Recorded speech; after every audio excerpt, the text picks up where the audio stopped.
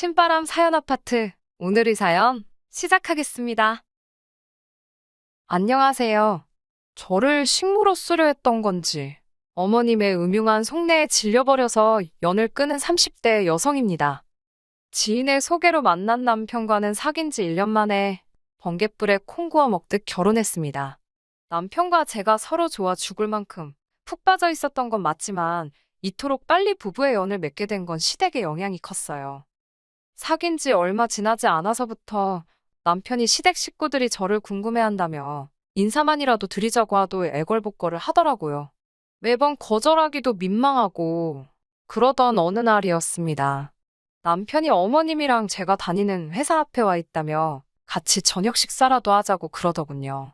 생각지 못한 남편의 방문도 당황스러웠지만 어머님까지 오셨다니 남편의 배려 없는 행동에 부담스럽고 솔직히 화도 조금 났었어요. 그렇다고 오신 분을 그냥 돌아가시라 할 수는 없는 노릇이었으니 일단 알겠다 하고 만나게 되었지요. 그렇게 저와 남편, 그리고 어머님 세 사람은 회사에서 멀지 않은 한정식 집에서 식사를 하게 되었습니다. 어머님께서는 제 학벌이라던가 집안 사정 등을 물어보셨는데 솔직히 대답을 하면서도 걱정이 많이 되더군요. 지인이 처음에 남편을 저에게 소개해 줄 때만 하더라도 서울 소재의 대학을 나와 직장을 다닌다고 평범한 사람이라고 했었거든요. 저는 그때만 해도 서울 소재의 대학이 한 손 안에 꼽을 법한 명문대를 뜻할 거라곤 예상하지 못했고 직장이 대기업일 거라고도 생각지 못한 채 그대로 소개팅에 나갔습니다. 남편에 대해서 보다 확실하게 알게 된 저는 혹시나 싶어 남편은 저에 대해 어떻게 들었냐 물었습니다. 그리고 역시나 제 예상대로 대학 나와서 직장 다닌다고 그렇게만 들었더라고요.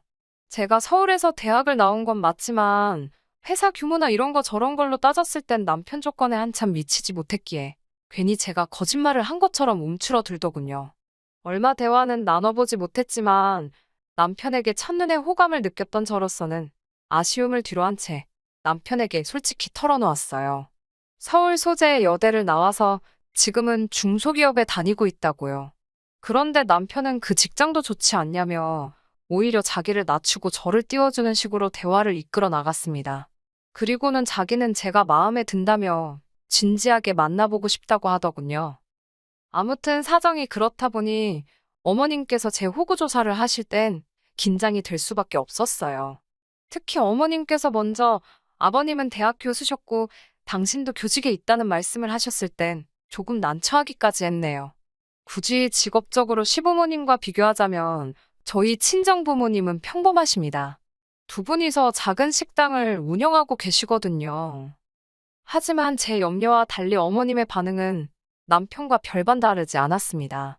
그 정도면 됐다라는 애매모호한 말과 함께 남편 어디가 좋은지, 앞으로 어떻게 할 생각인지 그런 것들을 물어보셨어요.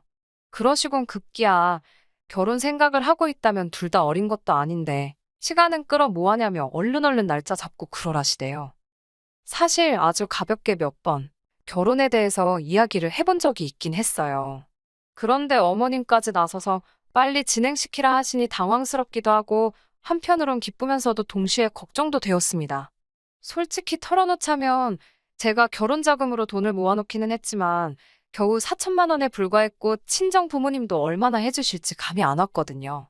그날 밤 친정 부모님께 있었던 일을 이야기하면서 혹시 시집 간다고 하면 얼마나 해주실 수 있냐 물으니 부모님께서 몹시 미안해하시면서 이렇게 빨리 시집 간다 소리를 할 줄 몰랐다며 급하게 쓸 데가 있어서 제 결혼식에 쓰려고 모아두셨던 돈에 손을 대셨다고 하셨습니다. 원망이라기보다는 상황 자체가 갑갑하더라고요. 결국 이튿날 남편에게 당장 결혼하는 건 무리일 것 같다고 했습니다. 가진 거라곤 겨우 4천만 원이 전부인데 이 돈으로 혼수며 애다니며 다 할 수 없을 것 같다고. 당신이나 나나 좀 더 준비가 되면 식을 올리자 하니 남편도 제 뜻이 그렇다면 알겠다더군요. 하지만 얼마 지나지 않아 저는 다시 어머님께 연락을 받게 되었습니다. 돈 때문에 결혼을 미루자고 했냐며 그런 거 신경 쓰지 말고 그냥 하라시대요. 집은 어머님이 전세로 하나 구해주실 생각이라며 너무 개의치 말라고요. 저는 일단 감사하다, 남편이랑 잘 이야기해보겠다 했지만 솔직히 이걸 거절해야 하는 건지 감사하다 해야 하는 건지 어찌할 바를 모르겠더군요. 남편은 어머님이 제가 어지간히 마음에 든 모양이라며 감사하게 받고 앞으로 잘 사는 모습을 보여드리자 하대요. 그렇게 남편과는 본격적으로 결혼 준비를 하기 시작했습니다. 상견례의 분위기는 화기애애 그 자체였어요. 친정 부모님께서는 제가 좋은 시댁을 만났다고 운도 좋다며 기뻐하셨고, 저도 그런 줄로만 알았네요. 아무튼 남편의 두 누나도 만났는데 두 사람 다 살가운 성격은 아니었어요. 하지만 신우들과의 관계는 앞으로 제가 잘하면 될 거라고 생각하고 크게 신경 쓰지는 않았어요. 사실 다른 무엇보다도 결혼 준비를 하면서 가장 당황스러웠던 순간은 아버님이 병원에 입원하셨을 때였습니다. 남편이 말하기를 갑자기 길 가다 쓰러지신 아버님을 주변에 있던 행인의 도움으로 병원에 모셨다고요. 결혼식을 2주도 채 남기지 않은 상태에서 발생했던 일이라 당연히 찾아가야 한다 생각했어요. 그런데 병원에 도착하니 어머님께서 병실에는 들어가지 못하게 하셨습니다. 아버님께서 그저 발을 헛디뎌 넘어지신 거라며 흐트러진 모습을 며느리감한테 보여주고 싶어 하지 않으시니 그냥 돌아가라셨지요. 다행히 결혼식 당일에는 전보다는 조금 야윈 듯한 모습이었지만 아버님은 무사히 결혼식에 참석하셨고요. 하지만 다시 한번 생각지도 못한 상황을 맞닥뜨렸던 건 결혼한 지 4개월이 좀 지나서입니다. 아버님께서 또 다시 쓰러지셨는데 이번엔 그 일이 집안에서 발생했기에 바로 어머님이 119를 불러 아버님을 응급실로 모셨다더군요. 그리고 저는 충격적인 소식을 듣게 되었습니다. 아버님 병실에 가져다 놓을 화병에 물을 채우기 위해 잠시 자리를 비웠다가 돌아오는데 병실 밖으로 어머님과 신우 둘의 대화 소리가 들리더군요. 엿들을 생각은 없었는데 세 사람이 얼마나 조용하게 쑥덕거리던지 비밀 이야기를 한다는 게 불보듯 뻔한 일이었어요. 평소라면 저도 나름대로 제가 왔다는 기색을 냈을 텐데 어쩐지 그날만큼은 그런 생각보다는 무슨 이야기인지 엿듣고 싶더라고요. 세 사람은 아버님의 병에 대해서 이야기를 나누고 있었습니다. 제가 여기다 병명이라도 적으면 바로 누군지 알아보는 사람이 있을 것 같아서 구체적으로 적을 순 없지만 아버님은 타고날 때부터 어떤 질환을 가지고 계셨던 모양입니다. 그리고 그 병은 아들인 제 남편에게도 유전이 되는 거였고요. 너무 놀란 제가 복도 안쪽에 몸을 숨기고 핸드폰에 아버님의 병명으로 의심가는 것들을 찾아보기 시작했습니다. 찾아보니 다행히 아버님이 당장 어떻게 되시는 병은 아니었고 이게 자식한테 꼭 되물림이 되는지는 아직 제대로 연구되지 않았다고 나오더군요. 병실에서 세 사람이 쑥덕거린 건 다행히 전부 다 확실한 정보는 아니었구나 싶어 정말 말 그대로 다리에 힘이 다 풀리더라니까요. 병실에 돌아오니 어머님께서 저더러 이야기를 하자셨습니다. 신우들은 자리를 피해주지 않았고 저는 직감적으로 아버님에 대한 이야기를 하려고 하신다는 걸 눈치챘어요. 아니나 다를까 어머님께서는 저더러 아버님의 병수발을 맡아달라 하시더군요. 당황스러웠지요. 회사 때문에 안 된다고 딱 잘라 말씀드렸습니다. 괜히 난처해야 하는 기색이라도 보이면 오히려 더 해달라고 매달리시는 건 아닌가 싶어서 확실하게 거절을 했어요. 그랬더니 어머님께서는 아무리 그래도 그렇지 어떻게 생각해보는 척도 안 하고 거절을 할 수 있냐며 서운하다 하시대요. 저는 정말 죄송하지만 회사를 다니는데 생각해보고 말고 할 수도 없는 노릇이라고. 신우들은 안 된다 하냐니까 걔들이 병수발을 어떻게 드냐입니다. 평생 험한 일이라곤 한 번도 안 해본 애들이라면서 어디서부터 황당하다고 표현을 해야 할까요? 저보다 나이도 많은 두 신우 다 하는 일 없이 어머님 아버님께 용돈 받아 생활하고 있었습니다. 그런 신우들이야말로 남도 아니고 자기 아버지인데 당연히 병수발을 들어야 하는 거 아닌가 싶었지요. 하지만 차마 이런 말을 입 밖으로 내진 못하고 연신 죄송하다. 그렇지만 어려울 것 같다고 말씀드리고 간신히 그 대화에서 빠져나왔습니다. 저는 고민 끝에 남편에게 어머님과 나누었던 대화를 털어놓았어요. 솔직히 남편은 아버님 병명에 대해선 알고 있는지, 유전 가능성이라던가 전부 다 이미 알고 있었는지도 궁금했고 남편도 제가 그 병수발을 들어야 한다고 생각하고 있는지도 알고 싶었네요. 제 이야기를 들은 남편의 반응은 저보다 더 황당해했고 무엇보다 크게 충격을 받은 듯 했어요. 정말 몰랐냐고 묻기도 어려울 만큼 힘들어하는 표정이었지요. 그런 남편을 보고 있으니 제 마음도 아팠고 솔직히 훗날 남편이 아프게 되더라도 그건 그때의 일이라고 생각했습니다.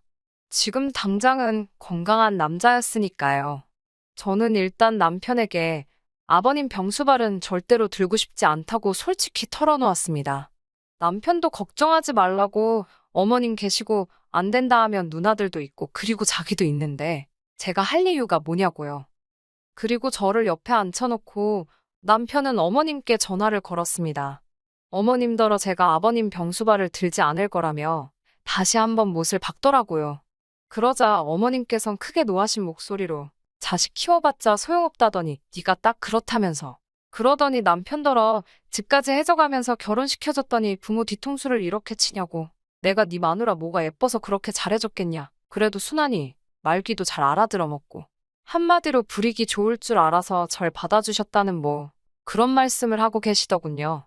그러더니 급기야 어머님께선 머리 검은 짐승은 거두는 게 아니라더니 그 소리를 듣고 처음에 저는 갑자기 왜 이런 말씀을 하시나 싶다가 순간 설마 싶어 남편을 쳐다봤습니다. 남편 얼굴이 벌겋게 달아올랐더라고요. 전화가 끊어지고 남편에게 추궁해 이게 다 무슨 일이냐 물었습니다. 그러자 남편이 멋쩍게 웃더니 저더러 놀라지 말라면서 실은 어머님이 친어머니가 아니라는 이야기를 하더라고요. 놀라지 않겠다고 했지만 정말 크게 놀랐지요. 남편이 말하기를 남편을 낳고 얼마 되지 않아 친어머니께서 세상을 뜨셨답니다. 그리고 얼마 지나지 않아 혼자 아이를 키우기 어렵다 판단하신 아버님께서 지금의 어머님과 재혼을 하셨다고요. 신우 둘은 어머님이 첫 번째 남편과의 사이에서 낳은 자식들로 다시 말해 아버님의 친자식들이 아니었어요. 아무리 친자식이 아니라고 해도 이제껏 같이 산 정이 있는데 남편 또한 저와 같은 생각을 하는 눈치였습니다. 게다가 남편 말로는 어머님께서 얼마나 남편과 아버님 사이를 이간질해댔는지 나중엔 누가 가르쳐 주지도 않았는데 남편 스스로 어머님에게 잘 보이려고 애를 많이 썼답니다. 아버님은 어차피 자기 편을 들어주진 않으시니 어머님하고라도 잘 지내야겠다 싶어서요. 그 이야기를 듣는데 어찌나 속상하던지. 아무튼 어머님께선 그 전화통화 이후로 걸핏하면 전화 남편에게 전화를 거신 뒤 염치가 없다, 뻔뻔하다며 막말을 쏟아내셨습니다. 심지어 하루는 저희 회사에 전화를 걸어 시애비도 몰라보는 며느리라고 당장 회사에서 내쫓으라는 막말을 하셨고요. 이때는 저도 도저히 참을 수가 없어서 명예훼손으로 고소해버릴까도 싶대요. 그나마 다행히 회사 내에서 평판이 좋았던 덕분에 다들 어머님의 말보다는 평소에 제가 보인 모습과 제가 하는 이야기를 믿어주었고 결국엔 남편 입장도 있고 해서 이번이 마지막이다 생각하고 꾹 참았지만요. 한편 어머님의 도를 지나친 억지로 지친 저와 남편은 상해 끝에 어머님이 사주신 집에서 나왔습니다. 어차피 어머님 이름으로 계약된 전셋집이었으니 그냥 비워두고 나와서 저희 둘이 오피스텔로 들어갔어요. 남편이나 전화 버는 건 적지 않았기에 당장에 월세 내며 사는 데는 무리가 없었거든요. 그러자 어머님께서 자세를 바꾸셨습니다. 윽박지르고 화를 내시던 어머님께서 당신이 언제 그랬냐는 듯이 불쌍한 척을 하시더라니까요. 견디다 못한 제가 간병인을 부르시면 어떠냐 하니 멀쩡한 며느리가 있는데 못하러 생판 남한테 아버님을 맡기냐며 저더러 그런 소리 하는 게 아니랍니다. 정작 아버님한테 진짜 관심이 없는 건 신우들이었는데 저만 아주 못된 사람이 되어가고 있었지요. 그러던 어느 날 어머님이 연락도 없이 저희 집에 찾아오셨습니다. 남편도 저도 집에 있었는데 어머님은 남편도 있을 거라곤 예상치 못한 눈치였어요. 하지만 당황한 기색도 잠시. 얼마나 중요한 이야기라도 하시듯 어머님은 소근소근 당신이 곰곰이 생각을 하다 기억이 났다면서 상견례 때 저희 어머니가 하신 이야기를 언급하시더라고요. 상견례 당시 양가 어른들끼리 요새는 뭐하고 지내시냐. 그런 이야기가 나왔고 친정어머니께선 요양보호사 자격증을 땄다는 말씀을 하셨거든요. 제가 알기론 친정어머니가 그 자격증으로 큰돈을 벌겠다. 그런 의도는 전혀 아니시고 훗날 친정아버지가 편찮기라도 하시면 당신이 도움이 될 수 있지 않겠나? 그런 생각으로 따셨다고 들었어요. 그런데 그 이야기를 하시면서 너네 엄마, 이 소리도 아주 들을 때마다 짜증이 납니다. 배울 만큼 배웠다는 양반이 걸핏하면 말끝마다 너네 엄마, 너네 엄마. 그날은 저도 너무 짜증이 나서 너네 엄마라고 하지 마시라고 사돈이라고 하시라고 한마디 싸붙였네요. 그러자 어머님께선 저를 매섭게 노려보시더니 알겠다 하시는 말과는 달리 이후로 아예 호칭을 생략하고 말씀하시더군요. 아무튼 친정 어머니를 언급하시면서 당신이 저희 어머니를 고용하겠답니다. 저는 처음에 어이가 없어서 저희 어머니를 고용하신다니 그게 무슨 소리냐 되물었고 어머님께서는 다시 한번 내가 니네 엄마 돈 주고 쓴다고 그러시는 거예요. 저는 됐다고 말도 안 되는 소리 하지 말라 했어요. 남편도 어머님 떨어 제정신이냐고 사돈을 돈 주고 쓴 애만에 그런 소리가 어딨냐고 그리고 어떻게 장모님이 아버지 병수발을 드냐 했더니 원래 요양보호사 같은 직업이 그런 거 하는 거라며 당신도 찾아봤답니다. 그러면서 원래 배운 거 없는 사람들이 남의 똥오줌 받아내며 돈 버는 거라고 그러시대요. 저희 어머니를 모욕하는 어머님의 말에 저는 이성의 끈을 놓치고 말았습니다. 저는 어머님을 똑바로 보고는 그 시절에 고등학교까지 나온 저희 어머니랑 요즘 같은 시절에 날라리 짓거리 하느라 고졸도 못한 큰 신우랑 누가 더 배운 거 없는 거냐 사붙였습니다. 어머님 이론대로면 신우는 평생 남의 똥오줌이나 만져가며 돈 벌어야겠다고요. 저는 어머님께 어머님 직업이 얼마나 고귀하다 생각하시는 건지 모르겠지만 세상에 자기 힘으로 벌어먹고 사는 사람들 모욕할 자격은 누구한테도 없다고 말 조심하시라 했습니다. 정말 수준 떨어져서 아예 대화도 하고 싶지 않다고 평소답지 않게 세게 나갔어요. 남편도 저더러 말 잘한다며 어머님께 이 사람이 틀린 소리 하나 안 한다고 아버지 병수발은 어머니든 누나들이든 그쪽에서 알아서 하라 하대요. 그리고는 거의 어머님을 집에서 밀어내듯 내보내고 문을 잠궈버렸습니다. 이후로는 상상하신 일이 그대로 벌어졌습니다. 어머님은 물론이고 신우들까지 나서서 특히 큰 신우는 제가 한 말을 어떻게 전해 들었는지는 모르겠지만 저더러 경우도 없는 X라며 욕을 해댔어요. 아무리 경우가 없어도 아픈 아버지 모른 척하는 너만큼 경우가 없겠냐고 받아치니 지도 할 말이 없는지 상욕만 연신해대더군요. 정말이지 수준 떨어져서 남편은 이 모든 상황이 씁쓸하다 했습니다. 하지만 남편도 병간호는 하고 싶지 않다 했어요. 성장 과정에 있어 아버님께선 어머님께 푹 빠지셔서는 남편은 나몰라라 하셨다고요. 자기가 성별만 남자지 신데렐라가 따로 없었다면서 돌이켜 생각해보면 아버님이 어떤 증세를 보이기 시작하면서 어머님이 자기한테 친한 척 하시고 그러다 제 존재를 알고 결혼도 추진하신 것 같다고 생각할수록 너무 어이없고 분하답니다. 그래도 남편이 어머님 덕에 저랑 빨리 결혼했다며 평생을 통틀어 그거 하나 감사하다대요. 이후로 저희는 어머님과는 완전히 연락을 끊었습니다. 솔직히 어머님과 남편이 따로 연락을 주고받는지 저는 모릅니다. 그래도 같이 산 세월에 정이 있는데 한순간에 틀어질까? 저는 겪어본 적 없는 인간관계라 잘은 모르겠어요. 적어도 남편이 저에겐 아무 말도 없고 병수발에 대해서는 아예 입도 뻥긋하지 않으니 더 이상 캐묻지도 않으려고 하지도 않을 생각입니다. 남편이 그런 말은 하더라고요. 아버님이 저러다 돌아가셔도 자기는 절대 재산 포기 안 하고 자기 목숨 받아낼 거라고요.